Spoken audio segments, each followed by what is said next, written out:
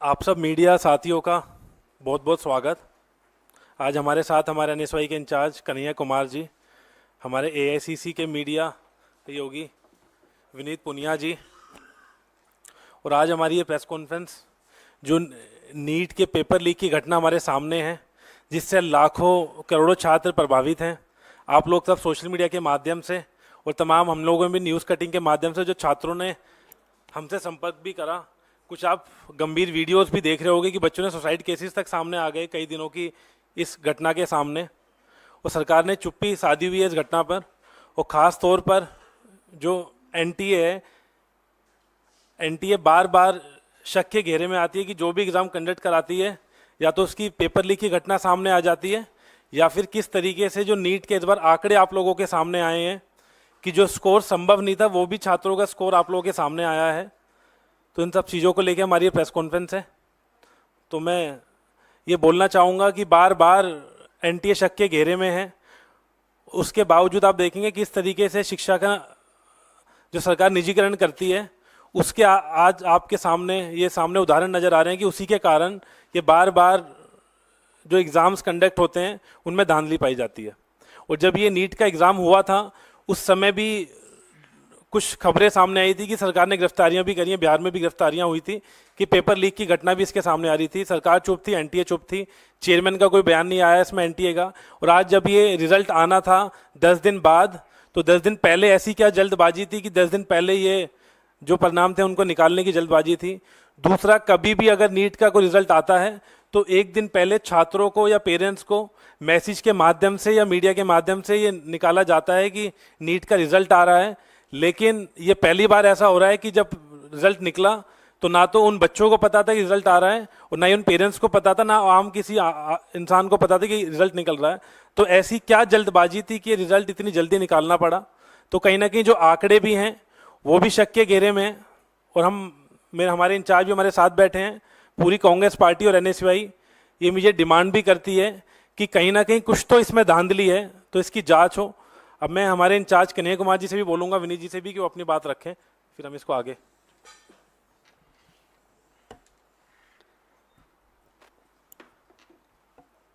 Media के हमारे सभी साथियों, हमारे मीडिया विभाग के, कम्युनिकेशन विभाग के साथी विनीत जी और एनएसवाई के राष्ट्रीय अध्यक्ष वरुण चौधरी जी, जैसा कि उन्होंने बताया आपको कि ये प्रेस वार्ता एक बहुत ही गंभीर विषय पर बुलाई गई है। जो अभी सामने आया है कि नीट के परीक्षा में एक बार फिर से धांधली हुई है, मतलब ये पहली बार नहीं हुआ है। और आप अगर इस देश में होने वाली परीक्षाओं को देखें तो लगभग अब ऐसी कोई परीक्षा नहीं है जिसमें धांधली नहीं हो रही है। मतलब विद्यार्थियों ने तो सोशल मीडिया पे ये लिखना शुरू कर दिया है कि एक बार फिर लीकेज सरकार, और बार बार परीक्षाओं में प्रश्न पत्र लीक होना, परीक्षा की जो तिथि है उसको बार बार बढ़ाना, और जो वैकेंसियां हैं उसको सही समय पे नहीं भरना, ये मामले लगातार उजागर हो रहे हैं। ये इस प्रेस वार्ता में हम लोग खासकर जो नीट एग्ज़ाम में धांधली हुई है उस विषय पर बात करने के लिए यहाँ उपस्थित हैं। मैं इसमें 2-3 बात आपसे जोड़ना चाहता हूँ आपके समक्ष। अव्वल तो आप सब लोगों ने देखा होगा कि चुनाव से पहले आदरणीय प्रधानमंत्री जी परीक्षा पर चर्चा करते हैं। हमारे यहाँ कहावत है, जाके पैर न फटे विवाई, वो क्या जाने पीड़ पड़ाई। तो चुनाव से पहले आप परीक्षा पे चर्चा करते हैं, चुनाव जब समाप्त हो जाता है पूरे 5 साल तक जो परीक्षाओं में धांधली होती है, टाइम पे एग्ज़ाम नहीं होता है, और जो वैकेंसियां हैं उसके बारे में आप कोई बात नहीं करते हैं।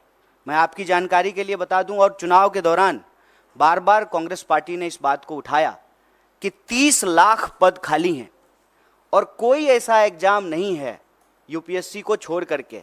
अगर यही हालत रही तो मुझे लगता है कि आने वाले दिनों में यूपीएससी के एग्ज़ाम भी सही तरीके से कंडक्ट नहीं हो पाएंगे।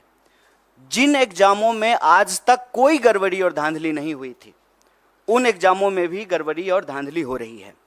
नीट का जहाँ तक सवाल है, इसके 3 प्रमुख बिंदु हैं। पहली बार लोग कहते हैं कि रैंक 1 2 लोग होगा, 4 लाख होगा। इस बार नीट के एग्जाम में जब आप उसके रिजल्ट को देखेंगे, 67 लोग जो है वो जो है फर्स्ट रैंकर हैं, और उसमें से 720 नंबर मिला है, मतलब 100% मार्क्स मिला है। जब इस सवाल को उठाया गया तो एनटीए के डायरेक्टर ने कहा कि ग्रेस दे करके जो है इनको हम फुल मार्क्स दे दिए हैं। तो उसके क्या नियम है, उसकी क्या ट्रांसपेरेंसी है, किस आधार पे जो है आपने 720 में से 720 दे दिया? और इस देश की सबसे प्रतिष्ठित जो मेडिकल इंस्टीट्यूट है एम्स, वहां पर 50, 60, 65 लोगों को एडमिशन होता है। अब आप ये समझ लीजिए कि जिनका रैंक 1 है, जिनको 100 में से 100 मार्क्स आया है, उनका भी एडमिशन एम्स में नहीं होगा। तो पूरी तरह से इन्होंने इस देश के एग्जामिनेशन सिस्टम को मजाक बना दिया है। कारण क्या है कि वही खुद अगर पढ़े होते, एग्ज़ाम दिए होते, एग्ज़ाम हॉल में बैठे होते, तो समझ में आता कि एग्ज़ाम स्टूडेंट के लिए कितना इम्पोर्टेंट है, वैकेंसी स्टूडेंट के लिए कितना इम्पोर्टेंट है, एडमिशन होना स्टूडेंट के लिए कितना इम्पोर्टेंट है। पढ़ने लिखने वाले तो लोग हैं नहीं सरकार में, बस चुनाव के लिए, वोट के लिए परीक्षा पे चर्चा करते हैं। खुद तो परीक्षा दिए नहीं है। परीक्षा अगर दिए होते तो दर्द मालूम होता। और आप लोगों ने एक दर्दनाक वीडियो देखा होगा, एक लड़की छत से कूद करके आत्महत्या कर ली जब नीट का एग्ज़ाम आया ठीक उसके बाद। और जब जब कहीं भी किसी भी एग्ज़ाम में कोई गड़बड़ी हो रही है, इसका खामियाजा सीधे विद्यार्थी को भुगतना पड़ रहा है। आप सब जानते हैं, सरकारी आंकड़ा है, हमने अपने घर में नहीं बनाया है, 1 घंटे में 2 जवान इस देश में आत्महत्या कर रहे हैं। मतलब 24 घंटे में 48 नौजवान आत्महत्या कर रहे हैं। और लगातार ये जो परीक्षा का दबाव है, उसमें 3 बिंदु बहुत महत्वपूर्ण हैं। एक, समय पे एग्ज़ाम का नहीं होना। दूसरा, अगर एग्ज़ाम हो तो उसमें व्यापक पैमाने पे धांधली होना और प्रश्न पत्र का लीक होना। और तीसरा, जब प्रश्न पत्र लीक होता है, स्टूडेंट की तरफ से हंगामा होता है, स्टूडेंट कोर्ट जाते हैं, तो फिर एग्जामिनेशन को कैंसिल कर देना। ये पूरा का पूरा एक साइकिल बना हुआ है।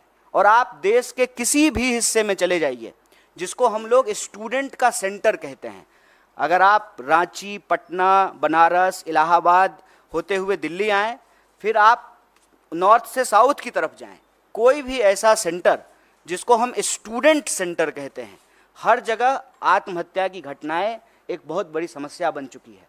राजस्थान में हमारी सरकार ने इसको गंभीरता से लिया और काउंसलिंग करने के लिए, हेल्प प्रोवाइड करने के लिए हमारी सरकार ने योजना बनाई। और आप सब ने देखा होगा, इस बार के भी न्याय पत्र में हम भर्ती विधान लेकर के आए हैं। और भर्ती विधान में हम 3 बात प्रमुखता से कह रहे हैं। एक, सारी वैकेंसी भरी जाएगी, सारी वैकेंसी। बताइए, हर 5 साल में चुनाव हो जाता है। कोरोना के टाइम पर भी चुनाव हो गया, सब कुछ बंद रहा, देश में जनगणना नहीं हुआ, लेकिन चुनाव हुआ टाइम पे।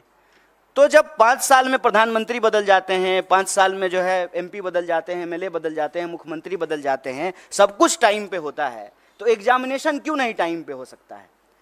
एग्जामिनेशन का ऑलरेडी एक कैलेंडर होता है, उस कैलेंडर के हिसाब से आप एग्जामिनेशन कंडक्ट कराइए। और दूसरा, बार बार जो प्रश्न पत्र लीक होते हैं, जो परीक्षा में धांधली होती है, उसमें हम एक नए करे कानून के प्रावधान की आवश्यकता महसूस करते हैं। और हमने भर्ती विधान में ये रखा कि जब हमारी सरकार आएगी तो हम प्रश्न पत्र लीक करने वाले लोगों पर कड़ी कार्रवाई करेंगे। क्योंकि ऐसा देखने को मिला है कि जो लोग शिक्षा माफिया हैं, उनका सरकार से सीधे साठगांठ है। वो नेताओं से मिले हुए हैं, नेताओं से मिल करके जो है वो पूरा का पूरा जो है बच्चों के भविष्य से खिलवाड़ करते हैं। तो उसके लिए कड़े कानून की आवश्यकता है। मैं आपके लिए एक बात और जानकारी साझा कर दूं कि तेलंगाना में एक बहुत बड़ा मुद्दा बना, और जब तेलंगाना में चुनाव हुए तो हमारी पार्टी ने ये कमिट किया कि हम एग्जामिनेशन कैलेंडर लाएंगे, हम जो है नए आयोग का गठन करेंगे, समय पे जो है एग्जाम कंडक्ट कराएंगे, और कोई भी गड़बड़ी करने वाले किसी भी नौकरशाही के ऊपर, किसी भी जो है कर्मचारी के ऊपर कड़ी कार्रवाई करेंगे। मुझे लगता है कि सरकार को ये कदम उठाना चाहिए। सिर्फ जो है बयानबाजी से, बतौलेबाजी से काम नहीं होगा। ये देश के भविष्य का सवाल है, ये बच्चों के भविष्य का सवाल है। और नेट को लेकर के, नीट को लेकर के, देश के अंदर होने वाले किसी भी एग्जाम को लेकर के कांग्रेस पार्टी ने, हमारे राष्ट्रीय अध्यक्ष ने कहा है कि सुप्रीम कोर्ट की निगरानी में इसकी एक उच्च स्तरीय जांच हो और अगर आवश्यकता पड़े, गड़बड़ियां इस लेवल पे अगर पाई जाए तो इसको एग्जामिनेशन को रिकंडक्ट कराया जाए। अगर जो लोग कंप्लेन लेकर के गए और कुछ लोगों का नंबर जो है 720 में से 720 कर दिया गया, तो बाकी लोग जो भी कंप्लेन कर रहे हैं उसकी भी सुनवाई होना चाहिए, उसका रिड्रेसल होना चाहिए। और इस देश के भीतर भाजपा को हम ये कहना चाहते हैं कि आप युवाओं के भविष्य से खिलवाड़ करना बंद कीजिए, परीक्षा पर चर्चा का नाटक बंद कीजिए, समय पर परीक्षा कराइए और परीक्षा में धांधली करने वाले लोगों के ऊपर कड़ी कार्रवाई कीजिए। और इस देश के भीतर जितने भी रिक्त पद हैं उनको इमीडिएटली जो है आपको भरना चाहिए। और यह जो आपकी ध्यान भटकाओ योजना है, मैं कहता हूं कि देश की संस्थाओं को सरकार से अच्छी चीजें सीखनी चाहिए। सरकार से देश की संस्थाओं को गलत चीजें सीखने की जरूरत नहीं है। जैसे सरकार का काम है डाइवर्ट करना, उसी तरह से संस्थाएं भी जो है ध्यान भटकाओ योजना में संलिप्त हो गई है। एक सीधा सा प्रश्न है कि जब परिणाम आना था 14 तारीख को, तो आप 4 तारीख को परिणाम क्यों लेकर के आए हैं? कि पूरा देश जो है वो इलेक्शन रिजल्ट में बिजी रहेगा तो बच्चों की कौन सुनेगा? माँ बाप भी जो है टीवी पे बैठ करके इलेक्शन रिजल्ट देख रहे होंगे, तो जो रिजल्ट में गड़बड़ी हुई है उसके बारे में कौन सुनेगा? वो माँ बाप को जाकर के बताएंगे कि हमने अच्छा एग्जाम दिया है, हमने सारे पेपर जो है अटेम्प्ट किए हैं, तो माँ बाप भी कहेंगे कि नहीं इसमें तुम्हारी गलती है। लेकिन जब आप इस पूरे प्रोसेस को देखेंगे, विद्यार्थी की कहीं से भी गलती नहीं है, क्योंकि ट्रांसपेरेंट तरीके से एग्जाम नहीं कराया गया है। और साफ साफ एनटीए ने साफ साफ जो है इस बात से डिनाई कर दिया कि जो है पेपर लीक हुए हैं। जबकि पटना का एक कॉन्क्रीट एग्जाम्पल है कि कुछ सेंटर पर प्रश्न पत्र की लीक की शिकायत आई और पटना पुलिस ने लोगों को गिरफ्तार किया on record. Patna police paper leak करने के मामले में कुछ लोगों को गिरफ्तार कर रही है और एजेंसी कह रही है कि कोई प्रश्न पत्र लीक नहीं हुआ है। और मजेदार बात यह है कि 67 लोग वो रैंक 1 हैं। और उससे भी एक मजेदार बात जान लीजिए, एक ही लाइन में 12 लोग जो बैठे हुए हैं वो सबको रैंक 1 आया है। मैं समझ रहे हैं कि इनको भी रैंक 1, हमको भी रैंक 1, इनको भी रैंक 1। दुनिया की सारी काबिलियत लेकर के हम ही तीनों बैठे हुए हैं, बाकी और जो है स्टूडेंट के पास कोई टैलेंट नहीं है। एक ही सेंटर पर एक ही रो में बैठे हुए 12 लोग टॉप कर गए हैं और 100 में 100।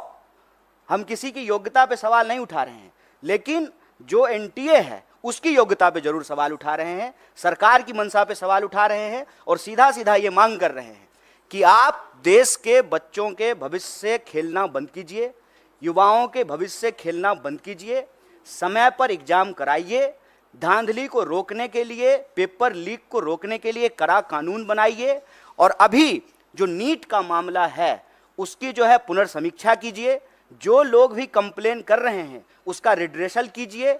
और सुप्रीम कोर्ट ने, हमारे अध्यक्ष जी ने डिमांड किया है, सुप्रीम कोर्ट की निगरानी में इसकी जांच कराइए और जांच में ये गड़बड़ी, ये आरोप सही पाए जाते हैं तो आप एग्जाम को रिकंडक्ट कराइए और ये चालाकी करना बंद कीजिए कि जिस दिन जो है लोकसभा इलेक्शन का रिजल्ट आ रहा है उसी दिन नीट का रिजल्ट निकाल देते हैं।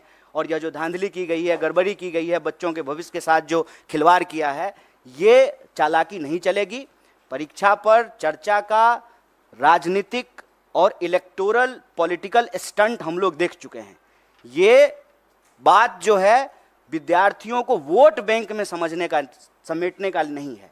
यह बात है कि बच्चे इस देश के भविष्य हैं और उनका जीवन मरण जुड़ा हुआ है इस बात से। लोगों की रूह कांप जानी चाहिए कि एग्जाम के रिजल्ट के बाद जिस पैमाने पे जो है लोग आत्महत्या कर रहे हैं।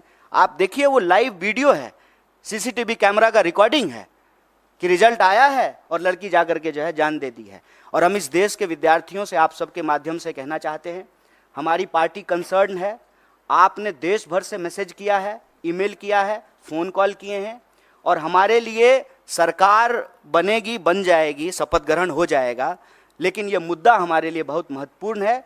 इसीलिए ज्यों ही इसकी जानकारी हम लोगों को मिली, हमारा जो स्टूडेंट विंग है NSY, उसके अध्यक्ष और हमारी पार्टी के राष्ट्रीय अध्यक्ष ने इस मामले को उठाया है और इसी गंभीरता को आगे बढ़ाते हुए हम लोगों ने यह प्रेस कॉन्फ्रेंस किया है।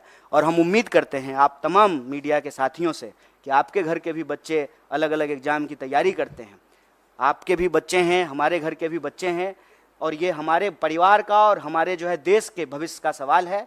इस बात पर को जो है आप लोग भी इसी गंभीरता से उठाएंगे, सरकार से सवाल पूछेंगे और हमारी बात को जो है सरकार तक पहुंचाएंगे। बहुत बहुत धन्यवाद। नहीं, कोई सवाल हैं तो आप उनका स्वागत है। नीट के इशू पे जो भी सवाल हैं आपका, उनका स्वागत है।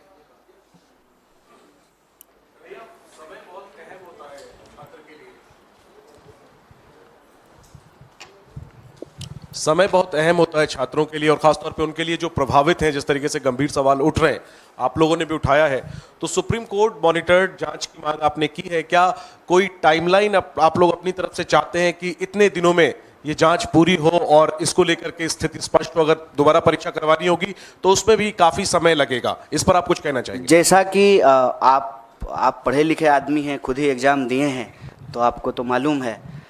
तो अब सब लोग यहाँ पढ़े लिखे लोग हैं, एग्ज़ाम देते रहे हैं। ये जो वक्त है, ये एग्ज़ाम का रिजल्ट आने का वक्त है और जुलाई से लगभग देश में हर कोर्स का नया सेशन शुरू हो जाता है। हम खुद पढ़े लिखे हैं तो हमको अनुभव है। हमको लगता है कि इसको जल्द से जल्द करना पड़ेगा, क्योंकि अगर इसको जल्द से जल्द नहीं करेंगे तो फिर सेशन लैप्स कर जाएगा।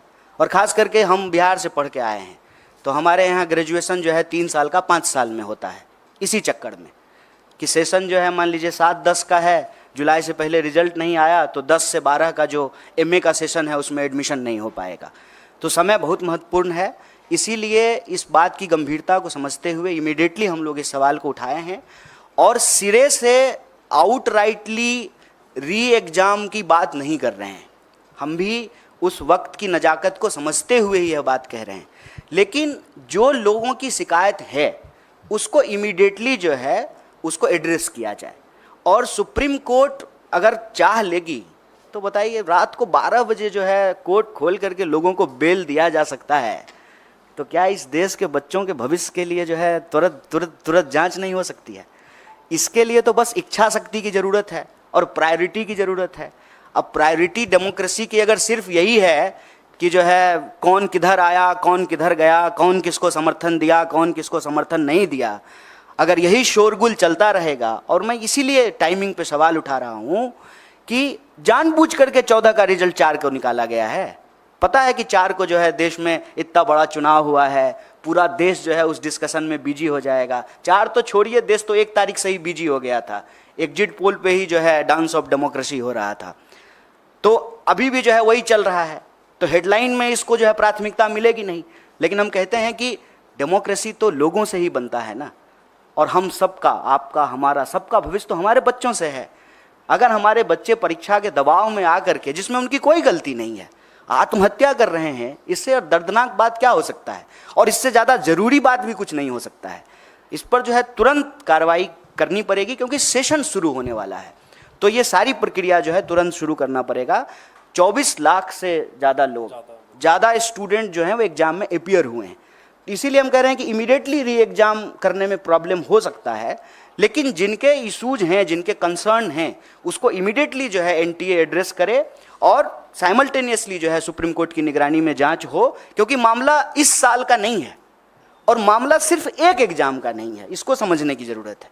आप कोई भी एग्ज़ाम उठा के देख लीजिए, देश में हर एग्ज़ाम की कमोबेश यही हालत हो गई है। आप देखिए कि ग्रुप D का भी अगर एग्ज़ाम होता है रेलवे का, तो रेल में चढ़ने के लिए, ट्रेन में चढ़ने के लिए जगह नहीं होती है। मंदिर, मस्जिद, गुरुद्वारा, धर्मशाला, प्लेटफॉर्म, कोई ऐसी जगह नहीं है जहां बच्चे जो हैं वो गमछा डाल करके सो नहीं रहे। देश में होने वाले किसी भी एग्ज़ाम की हालत आप देख लीजिए, किसी भी एग्जामिनेशन सेंटर के बाहर जा करके देख लीजिए। ये एक देश के लिए गंभीर विषय है। समय की नज़ाकत को समझते हुए इसको तुरंत करना चाहिए, ये हमारी मांग है। सर मेरे एक सवाल है कि आप लोगों ने प्रॉमिस किया था अपने मैनिफेस्टो में कि आप लोग इसके अगेंस्ट जो है स्ट्रिक्ट एक्शन लेंगे, लॉ भी बनाया जाएगा। लेकिन क्योंकि अब इंडिया ब्लॉक की सरकार नहीं आएगी है, तो क्या आप लोग किस तरीके से एनडीए पर इस बात का दबाव डालेंगे? क्या आप सड़कों पर जाएंगे या फिर कोर्ट में आप लोगों की तरफ से भी इसकी कोई अपील की जाएगी? देखिए, एक अव्वल तो ये जान लीजिए कि विद्यार्थी इस देश के किसी राजनीतिक पार्टी या राजनीतिक दल के मोहताज नहीं है। और मैं आपको पीछे हुए 4-5 आंदोलनों का एक उदाहरण दे सकता हूँ।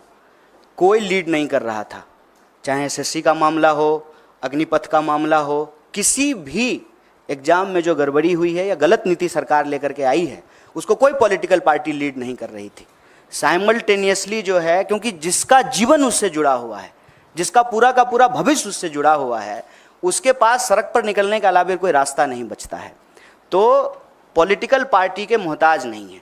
लेकिन उन विद्यार्थियों को हम ये कहना चाहते हैं कि इस देश की जिम्मेदार विपक्ष होने के नाते, इस देश की सबसे बड़ी विपक्षी पार्टी होने के नाते, इस देश का one of the biggest student organisation के बिहाफ पर हम आपको कह रहे हैं कि स्टूडेंट को हम साथ देंगे।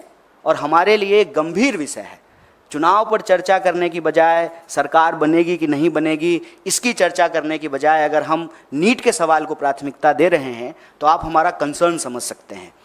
हमारी सरकार नहीं बनी है, ठीक बात है। हमारी सरकार अगर बनी होती तो ये प्रेस कॉन्फ्रेंस करने की ज़रूरत ही नहीं पड़ती। हम प्रेस कॉन्फ्रेंस तो इसीलिए किए हैं ना कि आप लोगों के माध्यम से हमारी बात सरकार तक पहुँचे और हम इस देश के विद्यार्थियों के बिहाफ पर जो उनके डिमांड हैं वो सरकार तक पहुंचाने की जोरदार तरीके से कोशिश कर रहे हैं। सर मेरा सवाल ये है, प्रदर्शन के मामले में आपको मैं बता दूं, ऑलरेडी कई जगह पे प्रोटेस्ट हो रहे हैं। हमारा जो है, हमने जो कंसर्न स्टूडेंट्स हैं उनसे बात की, उसमें से कुछ लोग ऑलरेडी कोर्ट मूव कर गए हैं। तो जब वो ऑलरेडी जो है पिटिशनर बन गए हैं तो हम लोगों को जो है उन्हीं के साथ हैं।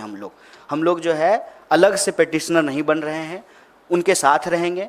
और दूसरा ये कि हम तुरंत जो है एनटीए के साथ जो है एक डेलीगेशन भी मिलेगा और जो विद्यार्थी इस आंदोलन कर रहे हैं उनके साथ हम पूरी तरह से खड़े हैं और हमारा पूरा नैतिक समर्थन है। सर लगातार जिस तरीके से नीट के एग्जाम में हम देख रहे हैं गड़बड़ी हुई है, इसमें बहुत सारे ऐसे बच्चे हैं जिनके पास टाइमिंग का इशू रहा होगा, जो एग्जाम के लिए अपियर किए होंगे, काफ़ी सालों से भी कर रहे होंगे, तो उनकी भी कुछ मांगे होंगी, उसके लिए आप क्या कुछ कहना चाहेंगे? देखिए, वैसे आप अगर इस देश में परीक्षा संबंधित किसी धांधली या गड़बड़ी को देखेंगे तो कंसर्न समूह बन जाते हैं।